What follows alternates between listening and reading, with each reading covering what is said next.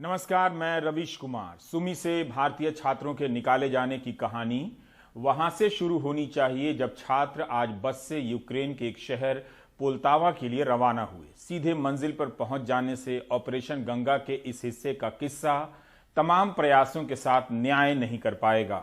24 फरवरी से छात्रों को अपील करते करते 12 दिन बीत गए। 12वां दिन एक उम्मीद की तरह आया, लेकिन छात्र नहीं निकल सके। आज सब कुछ वैसा ही हुआ जो कल हो जाना चाहिए था। छात्र अपने हॉस्टल से बस से रवाना हुए। यह कोई मामूली घटना नहीं थी। सही मायनों में यह इवैक्यूएशन हो रहा था, क्योंकि छात्रों को वहां से निकाला जा रहा था जहां वे फंसे थे। हम आपको क्रमवार बताना चाहते हैं ताकि पता चले कि निकालने के दौरान पूरे दिन क्या क्या होता रहा। यह उस वक्त की तस्वीर है जब बस छात्रों को लेने आई।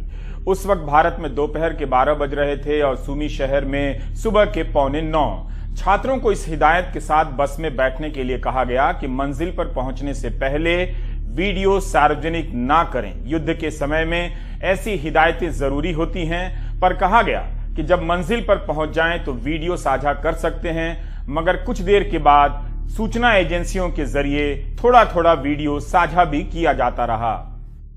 तो सुमी से निकलने के समय से हम एक छात्र के संपर्क में थे। वह बता रहा था कि रास्ते में हर 1 किलोमीटर पर यूक्रेन की सेना का चेकपोस्ट मिल रहा है। एक जगह पर रेड क्रॉस की टीम भी मिली। सुमी से पोल्तावा 174 किलोमीटर दूर है और बसों का काफिला पोल्तावा की तरफ ही निकला है। अब आप जो वीडियो देखेंगे वो मात्र 27 सेकंड का है, लेकिन अंदाजा मिलेगा कि यूक्रेन के भीतर के हालात किस तरह के हैं। यह वीडियो हमें भारतीय समय के अनुसार दोपहर 1 बजे के आसपास उसी छात्र से मिला था। किधर जा अरे अपनी नहीं चेक करे, इनकी चेक करे। पूरी आर्मी ये वो रखी है बटालियन। इस वजह से लेट लग रहा था। बस मेन चेक पोस्ट था।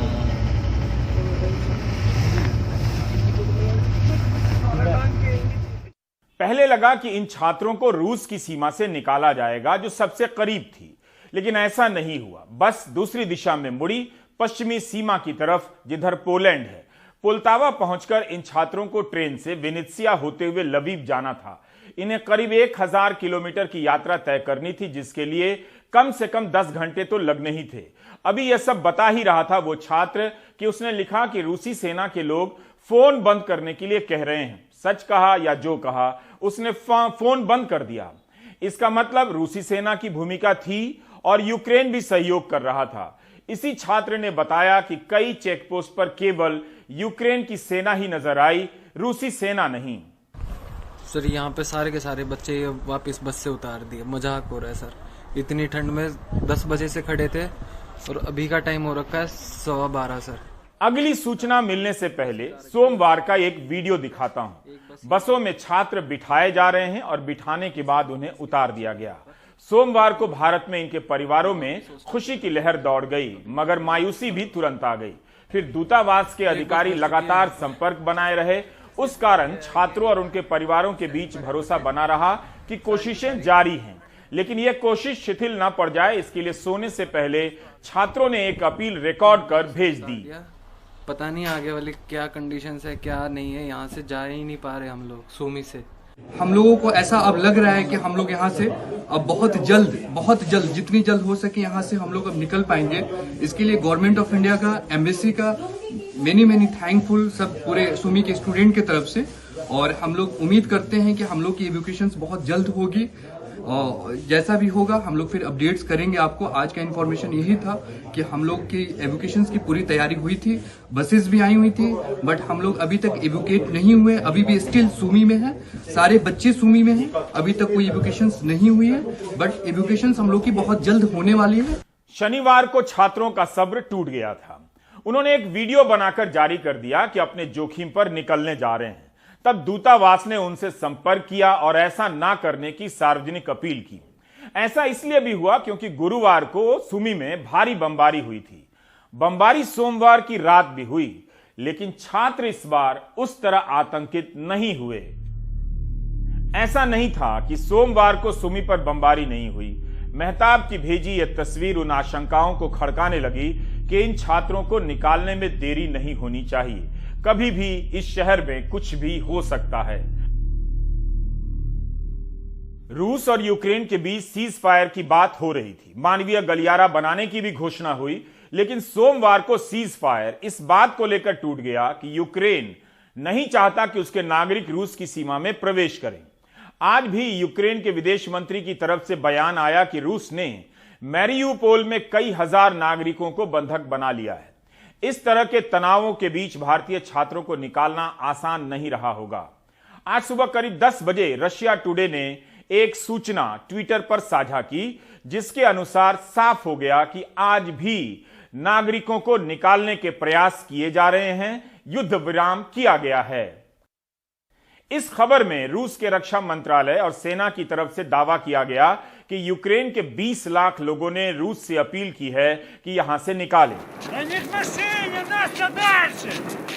रूस ने कहा कि वह कीव, चेर्निगोव, मारियापोल, खार्कोव और सुमी से नागरिकों को रूसी इलाके की तरफ निकालने के लिए तैयार है। जो लोग कीव और चेर्निगोव से निकलेंगे उन्हें बेलारूस लाया जाएगा, वहां से हवाई जहाज के जरिए रूस। बाकी 3 शहरों से शरणार्थी सीधे रूस की सीमा पार कर सकते हैं और चाहे तो यूक्रेन के इलाकों को भी चुन सकते हैं। रूसी सेना ने कहा कि मंगलवार की सुबह 7 बजे से अस्थायी रूप से सीज फायर लागू कर दिया जाएगा। कीव से आग्रह किया जाता है कि वह 12 बजे तक इस प्रस्ताव को माने। मानवीय गलियारा बनाने का दारोमदार केवल यूक्रेन पर है।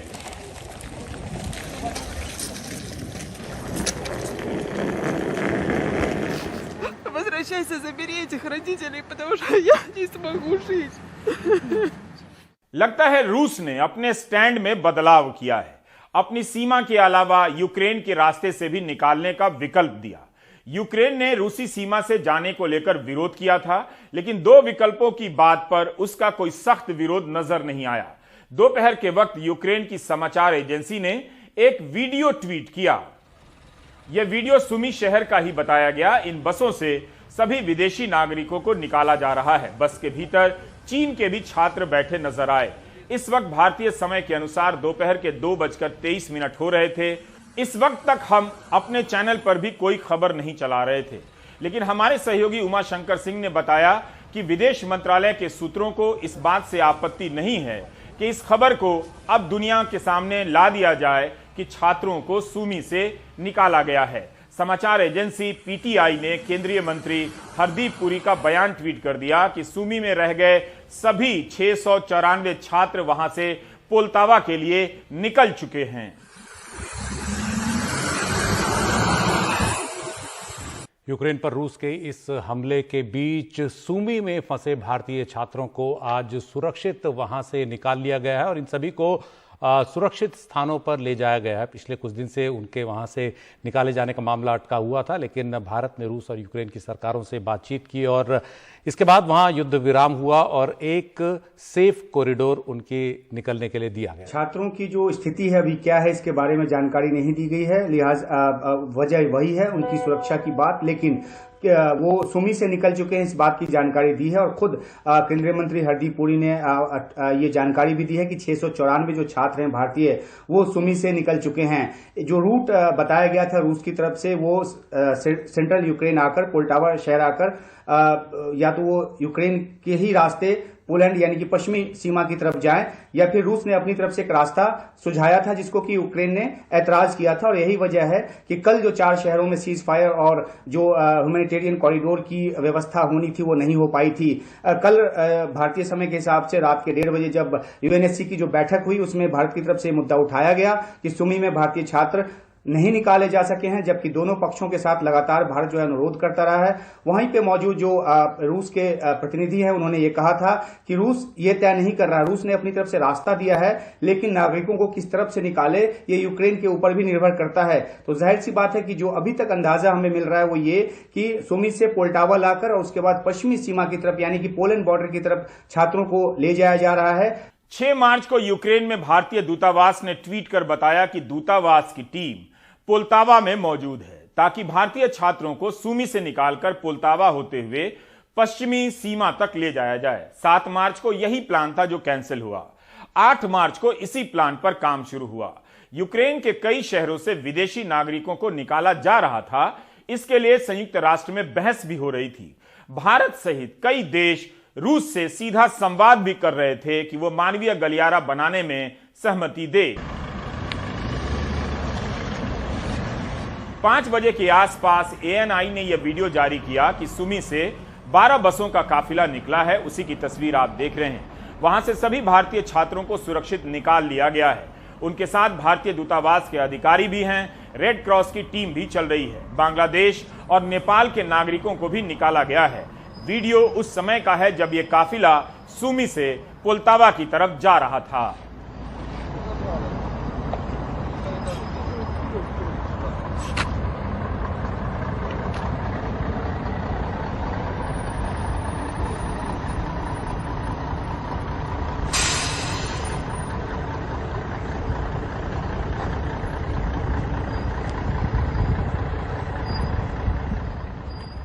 युद्ध के हालात में 174 किलोमीटर का सफर तय करने में सामान्य दिनों से ज्यादा समय लगना स्वाभाविक है। इस बीच भारतीय दूतावास ने एडवाइजरी जारी कर दी कि आज के सीज फायर को देखते हुए जो भी जहां भी फंसा है वहां से अपनी सुरक्षा का ध्यान रखते हुए निकलने की कोशिश करे। काफी देर तक सुमी से निकले छात्रों से संपर्क नहीं हो पा रहा था। उनका फोन बंद रहा, लेकिन सूचनाएं अब सरकारी समाचार एजेंसियों और ANI के माध्यम से आने लगीं। छात्रों ने भी कहा था कि पोल्तावा पहुंचने से पहले अब उनसे संपर्क नहीं हो पाएगा।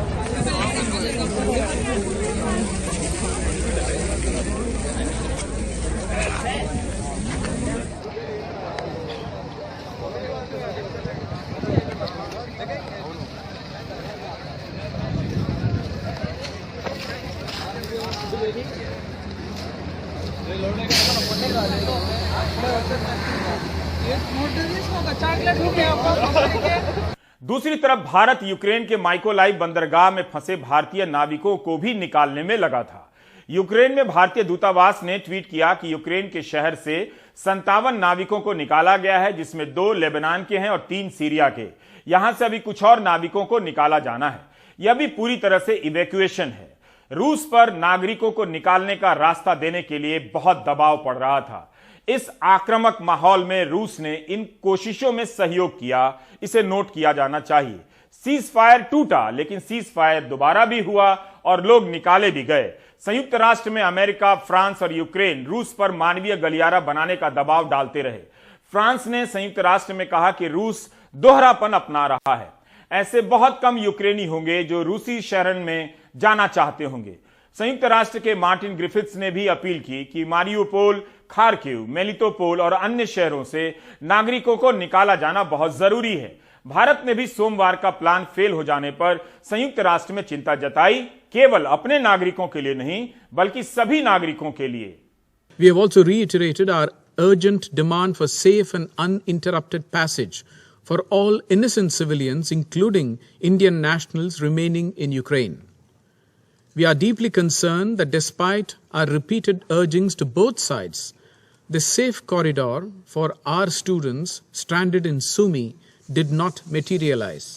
इसके अलावा भारत के प्रधानमंत्री मोदी भी रूस के राष्ट्रपति पुतिन और यूक्रेन के राष्ट्रपति जेलेंस्की से कई बार बात कर चुके थे।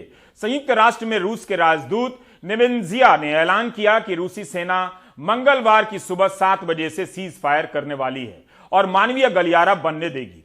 इस खबर में लिखा है कि लोगों को विकल्प दिया जा रहा है कि वे रूस से जाना चाहें तो जा सकते हैं या यूक्रेन के शहरों से भी जा सकते हैं। सुमी में फंसे 694 भारतीय छात्रों का परिवार एक पल में 1 साल जी रहा था। उनके लिए आज की खबर यकीन करने लायक नहीं थी। उनकी बेकरारी बढ़ने लगी जब खबर पहुंची कि सुमी से भारतीय छात्रों को लेकर बसें पोल्तावा की तरफ निकल गई हैं। ये 13 दिन आपको हम इस चीज को एक्सप्लेन नहीं कर पाएंगे कैसे कटे। हमने दिन रात बच्चों के लिए फोन पे बात करना, यहाँ से पैसे ट्रांसफर नहीं हो सकते थे, वहां से पैसे निकल नहीं रहे थे, खाने पीने की प्रॉब्लम स्टार्ट हो गई थी बाद में। शुरू में तो प्रॉब्लम नहीं हुई, बट बाद में स्टार्ट हो गई। रात के टाइम बमबारी होती थी, बच्चे बंकर्स में जाते थे। हम रात को 3-3, 4-4 बजे तक बच्चों से बात करते थे। हमें समझ ही नहीं आ रही थी हम क्या करें। फिर जब इवैक्यूएशन स्टार्ट हुई तो बच्चों का कहीं पे सुमी का नाम नहीं था। हमें ये टेंशन हुई कि हमारे बच्चे कैसे आएंगे, कि इनका तो कहीं पे नाम भी नहीं आ रहा, बच्चों को इवैक्यूएट करना है। उनके लिए रास्ता बहुत दूर था, वो वहां से अपने आप निकल नहीं सकते थे। वहां और यहाँ के टाइम में 3.5 घंटे का फर्क है। तो उस टाइम को कोऑर्डिनेट करना रात के टाइम बड़ा मुश्किल होता था कि हम लोग 3-3, 4-4 बजे तक यहाँ पे जागते थे कि बच्चों का हमें पता लगे बच्चे वहां पे सोए हैं कि नहीं सोए, क्योंकि रात को ही बमबारी होती थी सारी ज्यादा। बच्चे सारा दिन सारी रात बच्चे बंकर में होते थे। दिन में बच्चे हॉस्टल में है, वहां पे फिर लाइट बंद, पानी बंद, खाना भी नहीं था बच्चों के पास। शुरू में हमें कोई मदद नहीं मिली, हम तो बिल्कुल ब्लैंक हो गए थे। हमें कोई रास्ता नहीं दिखा, हम कहाँ जाएं, किसके पास जाएं, किससे हेल्प मांगे। हमने बहुत कोशिश की, बहुत ट्राई की, सोशल मीडिया पे भी हमने बहुत ट्राई की, पर हमें स्टार्टिंग में कोई भी रिस्पॉन्ड नहीं मिला कहीं से भी। एनडीटीवी ने हमारी बहुत हेल्प की, हमारी वीडियो चलवाई, थोड़ी देर में चलाई, तो सरकार को हुआ कि यहाँ बच्चे हैं और हमने निकालने हैं, क्योंकि ये अपने आप से बॉर्डर पे नहीं पहुंच पाएंगे। सुमी शहर से 694 छात्रों का सुरक्षित चले आना और निकाल लेना सामान्य घटना नहीं है। यहां से इन्हें निकालना सबसे मुश्किल लक्ष्यों में रहा होगा। 13 दिन लगे, लेकिन किसी को नुकसान तो नहीं हुआ। इस दौरान कई राज्यों के छात्र रिपोर्टर बन गए। उन्होंने सीख लिया कि अपनी बात कैसे देश और सरकार तक पहुंचानी है। गवर्नमेंट को रिक्वेस्ट कर रहे हैं कि प्लीज जल्द से जल्द हमारे लिए कोई हेल्प भेजें। We are just waiting for Indian embassy जो हमें यहाँ से बॉर्डर तक लेके जाए। You can see a situation, you can look at it. और मैं ये कहना चाहती हूँ कि हमारे शहर में कोई भी मेट्रो स्टेशन या ऐसा कुछ नहीं है जहाँ पे हम छुप सके। यहाँ पे सारी ओल्ड बिल्डिंग्स हैं जिनके नीचे हम रहकर अपना गुजारा कर रहे हैं। प्लीज मेरी ये रिक्वेस्ट है कि आप इस शहर की तरफ भी थोड़ा ध्यान दें, क्योंकि हमारे पास वाले सिटीज खारकोप या कीव, उन पे सब बोल रहे हैं कि उनके लिए एडवाइजरीज जारी की जा रही है, बट हमारे शहर के लिए अभी तक कुछ भी नहीं आया है। वी डोंट नो कि हम लोग कैसे सर्वाइव करेंगे। यहाँ पे हमारे पास कोई सोर्स आउट नहीं है। इतनी भगदड़ मच जाती है, इतना लोग पैनिक करते हैं। कोई it's completely utter because it's 9th day today. हम लोग वेट कर करके थक चुके हैं। We have lost every hope. छात्रों को सुमी के ये बंकर बहुत दिनों तक याद आएंगे। शायद उनके मानसिक स्वास्थ्य पर गहरा असर भी कर गया होगा। बम धमाकों के बीच इनका हर पल मौत के साये में गुजरता रहा होगा। यूक्रेन के कई शहरों में रहने वाले भारतीय छात्र अपने दम पर यूक्रेन की सीमा तक पहुंच गए थे, लेकिन सुमी में सैकड़ों छात्र इन बंकरों में कई दिनों तक फंसे रहे। अगर रूस सीज फायर नहीं करता, भारत सरकार सक्रिय पहल नहीं करती, दुनिया के बाकी देश दबाव नहीं डालते, तो इन छात्रों को और भी इंतजार करना पड़ जाता। सुमी की ये तस्वीरें बार बार याद दिलाती रहेंगी कि युद्ध को लेकर उछलने कूदने से पहले दूसरों या अपनों के बारे में एक ही तरह से सोचा जाना चाहिए। इन बंकरों के कवरेज ने यहाँ रहने वाले कई लड़के लड़कियों को रिपोर्टर बनाया है। किसी लड़की ने अंग्रेजी में वीडियो बनाया तो किसी ने हिंदी में, ताकि सरकार सुने, देश को समझ आए। हमारी सिचुएशन अब बहुत ज्यादा खराब हो चुकी है। रिपोर्टर बने इन तमाम छात्र छात्राओं में से मैं खास तौर से मेहताब और फैसल का जिक्र करने जा रहा हूं। फैसल और मेहताब के बनाए वीडियो ने भी इस मामले में बड़ी भूमिका अदा की है। ऐसे वक्त में जब आईटी सेल यूक्रेन में फंसे भारतीय छात्रों पर हमला कर रहा था कि गलती इन्हीं की है। छात्रों पर आरोप लग रहे थे कि ये लोग मीडिया में बयान देकर भारत को बदनाम कर रहे हैं, लेकिन फैसल और मेहताब इससे नहीं डरे। उनके और उनके जैसे छात्रों के बार बार बोलने से सुमी पर देश और दुनिया का ध्यान गया। 694 छात्रों की वापसी में इनकी भी कोशिशें शामिल हैं। मैं मेहताब यूक्रेन सुमी से और दीवान भी है साथ में, और यहाँ देख रहे हैं हम लोग बंकर्स में रोज ऐसे ही लेटते हैं, ऐसी जिंदगी ऐसी जद्दोजहद है।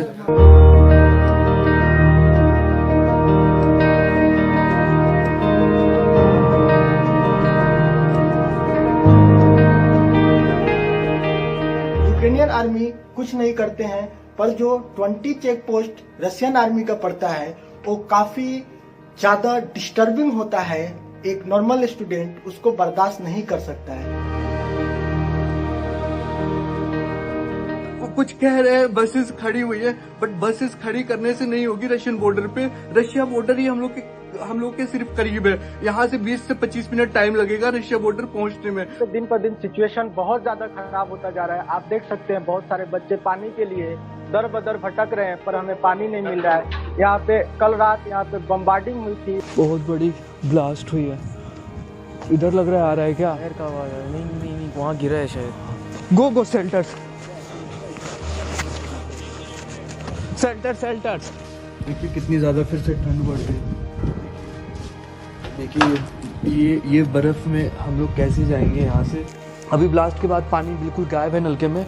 इस नल में भी पानी नहीं आ रहा है। सुमी के स्टूडेंट के लिए ये है कि हम यहाँ पे ट्रांसपोर्ट जो है रेलवेज और भी बसेस वगैरह ये सब यहाँ पे नहीं चल रही है।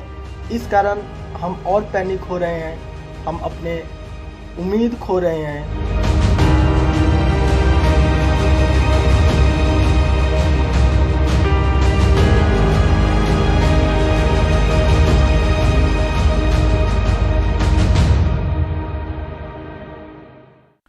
फैसल और मेहताब दोनों ही मोतिहारी के हैं। यह सिर्फ संयोग है कि मेरे जिले के हैं। मेहताब की भाषा थोड़ी परिष्कृत है, लेकिन फैसल की नहीं। फैसल के बोलने के अंदाज से मुझे अपना अतीत भी याद आया। मैं भी कभी फैसल की तरह हिंदी और अंग्रेजी के शब्द बोलता था तो लोग हंस देते थे, क्योंकि भोजपुरी का टोन आ जाता था। सुमी से भेजे गए एक वीडियो में जब फैसल बोल रहा था तब वहां कुछ छात्रों की हंसी सुनाई दी। मैं इस हंसी को पहचान गया। इसे गिगल कहते हैं, एक तरह से दूसरों पर हंसना। हम आपको फैसल को बोलते हुए भी सुनाएंगे, ये बताने के लिए कि सूचनाओं का अस्तित्व बेहद स्वतंत्र होता है। कई बार सूचनाएं खुद ही व्याकरण और बोलने की शुद्धता को धक्का मारकर अलग कर देती हैं। उन्हें व्याकरण नाम के साबुन और शैम्पू से नहा धोकर तैयार होना अच्छा नहीं लगता। जब आपको चोट लगती है या सामने से गोली आती दिखती है तो आप वही बोलते हैं जो आप होते हैं।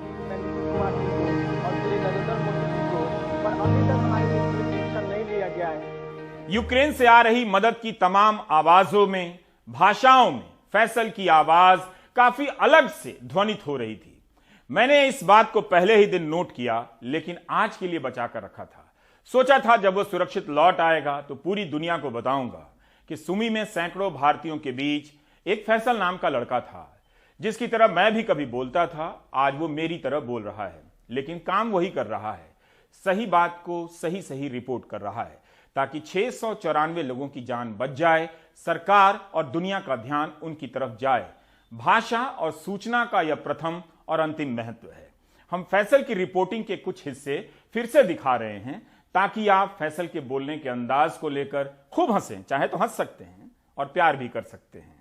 अभी सुमी के बच्चे के लिए यहाँ से रोमानिया, पोलैंड, हंगरी जाना बहुत बड़ा एक कॉम्प्लेक्स टास्क है, इसलिए हम नहीं जा रहे हैं। हमारे एक अफ्रीकन दोस्त थे, उनसे बात हुआ, वो लोग नॉर्मल गाड़ी टैक्सी बुक करके यहाँ से सुमी से लबीब के लिए निकला था, ताकि वहाँ से लबीब से हम रोमानिया, पोलैंड जा सके। कल रात यहाँ पे बम्बार्डिंग हुई थी, यहाँ के इलेक्ट्रिक जो प्लांट था उस पे, तो हमें करंट सप्लाई के भी बहुत ज्यादा मजबूरी का सामना करना पड़ रहा है, और नेटवर्क प्रॉब्लम भी इश्यू आ रहा है। आप यहाँ पे देखें बहुत सारे बच्चे हैं, किस कदर यहाँ पे सब होपलेस बन के हम खड़े हैं। ये सारे हमारे सीनियर हैं, ये लोग 5th ईयर और 6th ईयर में हैं, फिर भी इनके पास भी कोई उम्मीद नहीं है। हम सब सरकार से लास्ट 8 दिन से बोल रहे हैं आप कुछ एक्शन ले सुमी के बच्चे के लिए। हमें कल एनजीओ यहाँ पे जो थे ये लोग खाने होने का इंतजाम तो कल मुझे अच्छा से मिला था, पर सर अभी पानी का बहुत ज्यादा क्राइसिस है। कल से ही हमें पानी नहीं मिल पाया है और हम कुकिंग नहीं कर पाए, कुछ भी नहीं बना पाए, इवन हमने कॉफी भी नहीं पी रखा है। और लाइट का भी क्राइसिस है, यहाँ पे पानी का क्राइसिस है। सर आप यहाँ पे देख सकते हैं कि यहाँ पे लगभग इस हॉस्टल में 500 बच्चे के आसपास है। इसमें 2 बोतल हमें पानी मिला था, उसके बाद सारे खत्म हो गए हैं हॉस्टल के तरफ से। और ये हमारे जो हॉस्टल के मैम लोग हैं उन्होंने दिया था, पर अभी बहुत क्रिटिकल सिचुएशन है। हम लास्ट 8 दिन से बोल रहे हैं कि कुछ किया जाए। हम अपने मुख्यमंत्री को ट्वीट कर रहे हैं, नीतीश कुमार जी को और श्री नरेंद्र मोदी जी को, पर अभी तक हमारे लिए कोई एक्शन नहीं लिया गया है। हम बहुत ज्यादा फ्रस्ट्रेटेड है। मेडिकल की पढ़ाई में स्थानीय भाषा का अपना महत्व होता है, वरना जब मरीज कहेगा कि नट्टी बथ रहा है, कपार बथ रहा है, खखर के नहीं बोल पा रहे हैं, तो कई डॉक्टर नहीं समझ पाएंगे कि मरीज क्या बोल रहा है। भारत में मेडिकल की पढ़ाई की हकीकत का अंदाजा शायद उन लोगों को नहीं है जो किसी को भी इन दिनों लेक्चर दे रहे हैं यूक्रेन पढ़ने क्यों गए। यह संकट बता रहा है कि कई सरकारों ने राज्यों में, केंद्र में शिक्षा पर खर्च करना बंद कर दिया, इसलिए आबादी पर यह तबाही आई। यह भी सही है कि आबादी को धर्म से ज्यादा मतलब है, शिक्षा से नहीं। शिक्षा का निजीकरण इतना भयावह हो चुका है कि सस्ती और अच्छी शिक्षा के लिए लोग जहां तहां पलायन कर रहे हैं, अपने देश में भी और दूसरे देश में भी।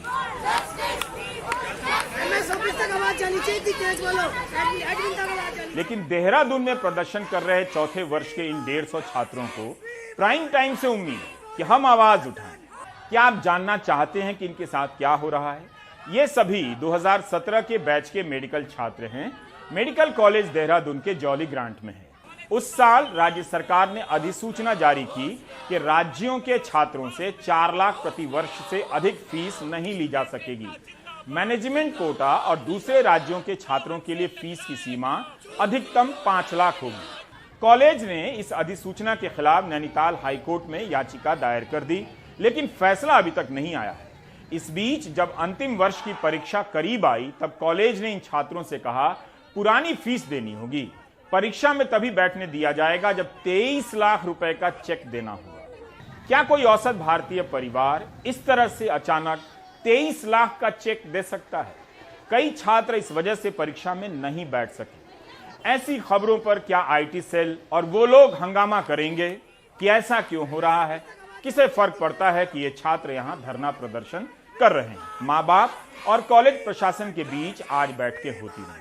Himalayan institute of medical science का तर्क है कि नैनीताल हाईकोर्ट का फैसला नहीं आया है, लेकिन अगर बढ़ी हुई फीस के पक्ष में फैसला आ गया तो इन छात्रों से कैसे वसूलेंगे? ये तो कॉलेज से जा चुके होंगे, इसलिए उनसे चेक मांगा जा रहा है कि अभी चेक दीजिए, जब फैसला आएगा तब कैश कराएंगे। सुप्रीम कोर्ट को इस मामले में संज्ञान लेना चाहिए और बताना चाहिए कि क्या ऐसा हो सकता है। हम हिमालयन इंस्टीट्यूट के 2017 बैच के बच्चे हैं और कॉलेज वालों की तरफ से हमें बहुत मेंटल टॉर्चर दिया जा रहा है।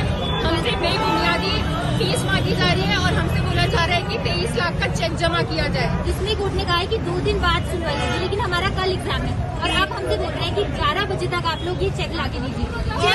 लोग कैसे चेक लाएंगे, क्योंकि बहुत दूर दूर से लोग यहाँ पे हैं, लोगों के पास चेक नहीं है देने के लिए। चेक नहीं देंगे कल तक तो हमें सप्ली का एग्जाम देना पड़ेगा 6 महीने बाद, जिससे हमारी इंटर्नशिप पे लेट हो जाएगी। फाइनल ईयर के एग्जाम के जस्ट पहले इन्होंने 23 लाख रुपए का चेक मांगा है कि जो ये चेक देगा वही एग्जाम में बैठ सकता है। हमने जब 2017 में एडमिशन लिया था तो हमने गवर्नमेंट द्वारा निर्धारित फीस पे लिया था जो कि थी 5 लाख रुपए, और हमने वही देख के जो इनकी ऑफिशियल गवर्नमेंट वेबसाइट पे थी वही देख के यहाँ पे एडमिशन लिया है। इस तरह की चिंता यूक्रेन से लौटने वाले छात्रों को घेरने वाली है। उन सभी के अहम दस्तावेज छूट गए होंगे, नष्ट हो गए होंगे। जो छात्र प्रथम, द्वितीय, तृतीय वर्ष में हैं, उनका क्या होगा साफ नहीं है। कब पढ़ाई शुरू होगी या होगी भी नहीं। नेशनल मेडिकल कमीशन ने कहा है कि जिन छात्रों ने पढ़ाई पूरी कर ली है और उनकी इंटर्नशिप बाकी है, उनके लिए भारत के कॉलेजों में व्यवस्था कर दी जाएगी। लेकिन जो लौट रहे हैं और जिनकी पढ़ाई अभी शुरू हुई है, उनका क्या होगा? डॉक्टर बनने यूक्रेन गए थे, लेकिन किसी तरह युद्ध क्षेत्र से जान बचाकर लौट रहे हैं। मेडिकल के ऐसे हजारों छात्रों के सामने अब अपना भविष्य बचाने की चुनौती खड़ी हो गई है। इनमें एमबीबीएस फर्स्ट ईयर से लेकर इंटर्नशिप तक कर रहे मेडिकल के छात्र शामिल हैं। देश में उन्हें अब कहां एडमिशन मिलेगा, कैसे एडमिशन मिलेगा, उसके लिए फीस कहां से लाएंगे, ये चिंता छात्रों के साथ साथ उनके अभिभावकों को भी खाई जा रही है। यूक्रेन से लौटी शिवानी को एमबीबीएस कराने के लिए उनके पिता ने 17 लाख रुपए लोन लिया था। मेरा नीट क्वालिफाई था, बट उसके बाद भी मुझे यहाँ सीट नहीं मिली। मेरा रैंक 38,000 था। इंडिया में इसका मतलब 50,000 भी सीटें नहीं है। सीट्स की बहुत कमी है, जिस करके बहुत सारे बच्चे बाहर पढ़ने जाते हैं। दूसरा रीज़न है यहाँ की फ़ीस। अगर सीट मिलती है तो प्राइवेट कॉलेजेस या फिर डीम्ड यूनिवर्सिटी, जिनकी फ़ीस लगभग करोड़ों में पड़ती है। यूक्रेन में यही फ़ीस 6 साल की 30 से 40 लाख है। इस करके बच्चे वहाँ जाते हैं जो फाइनेंशियली इतने ओके नहीं है, इस करके वो बाहर जाना प्रेफर करते हैं। बलजीत मोर की बेटी इनायत यूक्रेन में एमबीबीएस के 5th ईयर की छात्रा थीं। वो भी देश लौट रही हैं। माता पिता को समझ नहीं आ रहा कि आगे बेटी की पढ़ाई का क्या होगा। मेरी बेटी का सपना था कि वो एक डॉक्टर बने, और डॉक्टर बनने के लिए यहाँ हम अफोर्ड नहीं कर सकते थे, इसलिए हमने उनको विदेश एमबीबीएस करने के लिए भेजा था। और मेरी बेटी के 90+ मार्क्स हैं 10+2 में। ये नहीं है कि भाई वो नलायक बच्चे जाते हैं या फेलियर बच्चे जाते हैं, वहाँ जाने के लिए भी नीट पास करना पड़ता है। ऐसे वक्त जब सरकार को इन हजारों छात्रों की पढ़ाई के इंतजाम की बात करनी चाहिए थी, उस समय केंद्र सरकार के मंत्री उन्हें नालायक बताने में जुटे दिखे। ಅಲ್ಲಿಂದ ಬಂದಂತವ್ರು ಬೇರೆ ಬೇರೆ ದೇಶದಿಂದ ಬಂದಂತವ್ರು ನಮ್ಮ ಕ್ವಾಲಿಫೈಯಿಂಗ್ जो बच्चे विदेशों में पढ़ने जाते हैं उनमें से 90% यहाँ पर नीट को क्वालिफाई करने के भी काबिल नहीं है। ಇದು ಯಾವುದು ನಾನು ವಿವಾದ ಅಥವಾ ಚರ್ಚೆಗೆ ನಾನು ಹೋಗ್ಲಿಕ್ಕೆ ಬಯಸೋದಿಲ್ಲ। ऐसे बयान यूक्रेन से लौट रहे परेशान छात्रों, उनके परिवारों और मेडिकल जगत के लोगों को और निराश कर रहे हैं। वो सरकार से मेडिकल शिक्षा के सिस्टम की नालायकी पर सवाल कर रहे हैं। मैं भी एमबीबीएस करना चाहता था, मैं भी विदेश जाना चाहता था, लेकिन मैं नहीं जा पाया। क्यों? मेरे पेरेंट्स अफोर्ड नहीं कर पाए। आज जो लोग ये कहते हैं कि जो एमबीबीएस विदेश से बच्चे करके आ रहे हैं वो नालायक है, मैं उनसे एक जवाब पूछना चाहता हूं कि जो बच्चा डॉक्टर बनना चाहता है उसे देश में अगर पढ़ने का मौका नहीं मिल रहा है, एमबीबीएस की सीट नहीं मिल रही है। यहां हमारे हरियाणा के जो मुख्यमंत्री हैं वो ये कहते हैं हम हर जिले में मेडिकल कॉलेज खोलेंगे। अरे भाई साहब, कब खोलोगे आप मेडिकल कॉलेज? सरकारें सीट बढ़ाने का दावा तो करती हैं, लेकिन उस पर खरी नहीं उतरती। हरियाणा के मुख्यमंत्री मनोहर लाल खट्टर का ही ये दावा देखिए जो उन्होंने 2019 में किया। हर जिले में एक मेडिकल कॉलेज, जिसमें से अभी तक जो 8-10 मेडिकल कॉलेज पिछले टर्म में तक चलते थे, अब वो 22 मेडिकल कॉलेज हो जाएंगे, जिसमें से हर वर्ष अभी जैसे लगभग 1400 डॉक्टर हर साल निकल करके आते हैं। ये हर साल निकलेंगे, अभी तो 700 डॉक्टर निकलते हैं। इस बार हमारा 1450 का एडमिशन हुआ है, 5 साल बाद 1400 आएंगे। इस बीच कुछ राहत की बात यह है कि कुछ राज्यों ने यूक्रेन से लौट रहे छात्रों की पढ़ाई के इंतजाम का मन बनाना शुरू कर दिया है, लेकिन जमीन पर अभी कुछ खास दिख नहीं रहा।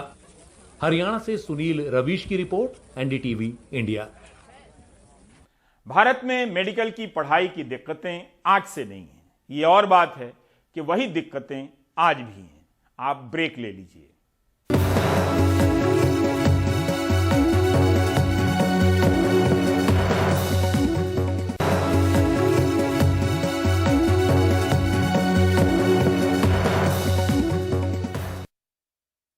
एग्जिट पोल को लेकर कुछ लोगों ने बहुत गजब के लतीफे बनाए हैं, काफी हंसा हंसी हो रही है, लेकिन कुछ लोग परेशान हो गए। एग्जिट पोल ने उत्तर प्रदेश के बारे में एक ट्रेंड बताया है कि भाजपा की सरकार बन रही है, कभी स्पष्ट बहुमत से तो कभी सामान्य बहुमत से और कभी बहुत ज्यादा सीटों से। अखिलेश यादव ने इस ट्रेंड को चुनौती दी है। आज उन्होंने लखनऊ में एक प्रेस कॉन्फ्रेंस भी की और अपनी सरकार के बनने का दावा भी। बनारस के पहाड़िया मंडी इलाके में सपा कार्यकर्ताओं ने ईवीएम से भरा ये ट्रक पकड़ा। इसके बाद जमकर हंगामा हुआ।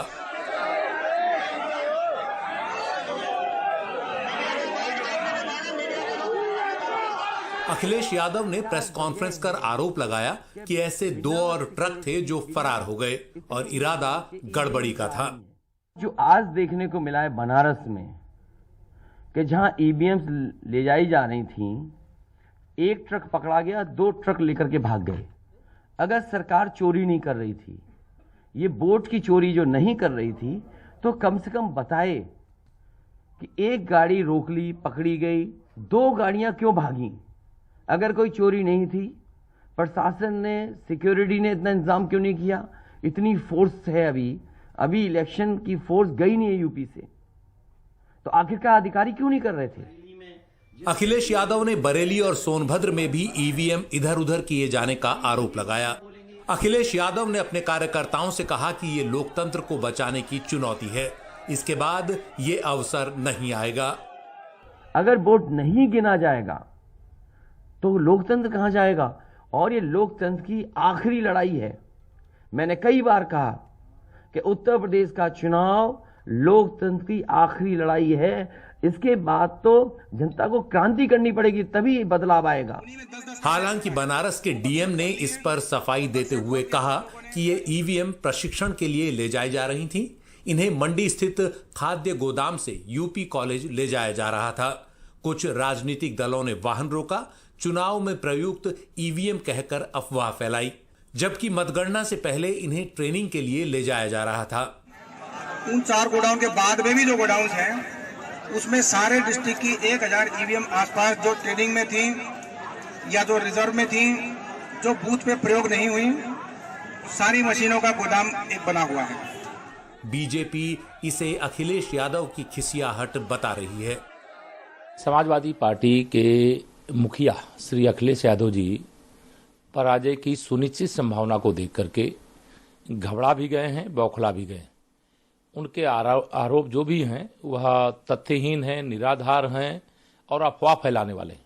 जो अलग अलग चैनलों, एजेंसियों के माध्यम से एग्जिट पोल आए, जिसमें भाजपा एक बार फिर से बड़े बहुमत के साथ सत्ता में वापसी कर रही है, उसके बाद उनके गुंडे, उनके अपराधी, उनके तथाकथित गठबंधन कहूं, हठबंधन करने वाले जो उनके साथी सहयोगी हैं, वो सब बौखलाए हुए। बड़ी मात्रा में यहाँ पर पुलिस बल भी लगाई गई है और तमाम लोग हैं, लेकिन जो कार्यकर्ता है वो बहुत गुस्से में है, रोष में है। उन्हें नहीं समझ में आ रहा कि आखिर ये ईवीएम कहाँ थी। प्रशासन अपनी सफाई दे रहा है और वो यही कह रहा है कि वो प्रशिक्षण के लिए ईवीएम जा रही थी और जो मेन ईवीएम है वो स्ट्रांग रूम में बंद है और सीसीटीवी कैमरे की निगरानी में है। लेकिन यहाँ आए मौजूद कोई भी व्यक्ति इसे मानने के लिए तैयार नहीं है। सबको लग रहा है, क्योंकि बनारस में जो है वो मुकाबला कांटे का था और यहाँ पर जो है लड़ाई बहुत कांटे की हुई थी। उम्मीद थी लोगों को कि जीतेगी, इसलिए लोगों को लग रहा है कि कुछ हेराफेरी की गुंजाइश है। अब इसे कैसे प्रशासन हैंडल करता है, किस तरीके से समझाता है, ये देखने वाली बात होगी। पुरुषोत्तम के साथ वाराणसी से अजय सिंह, एनडीटीवी इंडिया। आप देख रहे थे प्राइम टाइम। नमस्कार।